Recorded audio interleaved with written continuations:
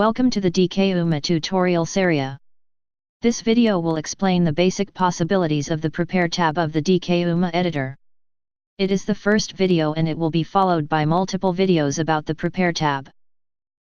As usual about the DK-UMA tools, your current scene requires to be ready for DK-UMA.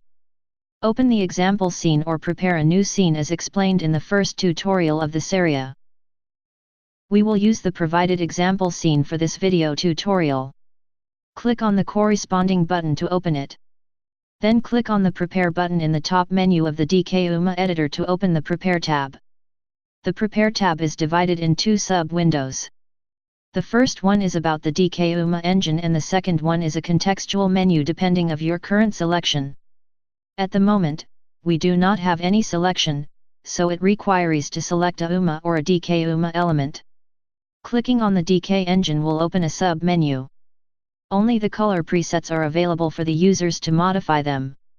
All the other settings have been removed from this sub-menu and added to the Setup tab and the Corrector tab of the DK-UMA engine. Clicking on the Color Presets button will open the Color Presets editor window. This editor contains a list of all the color presets present in your project. It also contains the options to manage them. The DK-UMA Color Presets editor is explained in the next video tutorial. For now we will focus on the basic informations and possibilities of the second sub-window of the Prepare tab, the Content Wizard. The Content Wizard is generally used in combination with the DK Elements Manager. You can open the Elements Manager using the Unity UMA or Window menu, but the faster way is to open the Welcome tab of the DK-UMA editor and click on the corresponding button. Once the Elements Manager window is opened, reopen the Prepare tab of the DK-UMA editor. The DK Elements Manager window is detailed in a specific following tutorial, we will just use it for the moment without going into deep information. Click on the Show Lists button of the Elements Manager to be able to see the UMA and DK-UMA element present in your project. Here is a search field and a menu of all the elements types used by DK-UMA and UMA engines. Click on the UMA slot button to display all the UMA slots present into your project. If the name of the UMA slot is in a red box, that means that no DK-UMA blueprint has been detected for this UMA slot. This UMA slot is not imported to the DK-UMA engine. Select one of the not imported UMA slots, making it your current selection.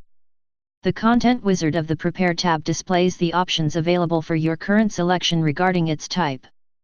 Using this button, you can search for an existing DK-UMA blueprint of the selected UMA element. This process sets the Elements Manager to display the DK-UMA elements and assign the name of the UMA element to the search field. An empty result list generally means that the UMA element has not been imported. Uncheck the DK Slots button, check the UMA Slots button to return to the previous state of the Elements Manager.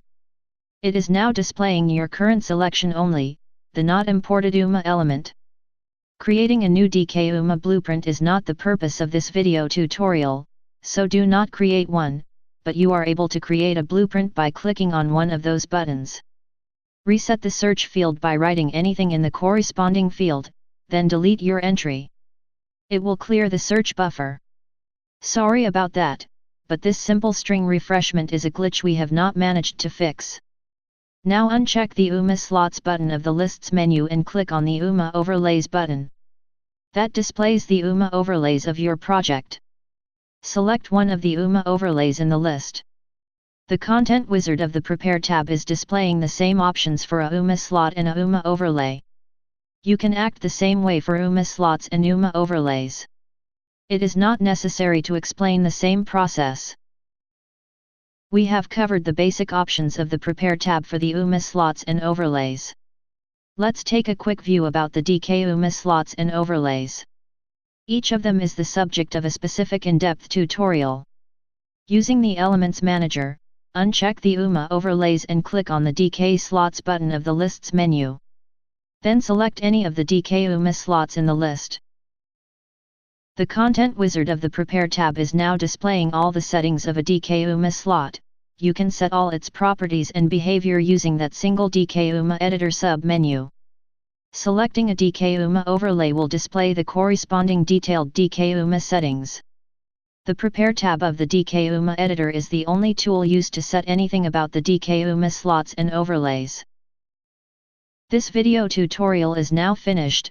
The next video is about the DKUMA color presets editor. Thank you for your attention and support.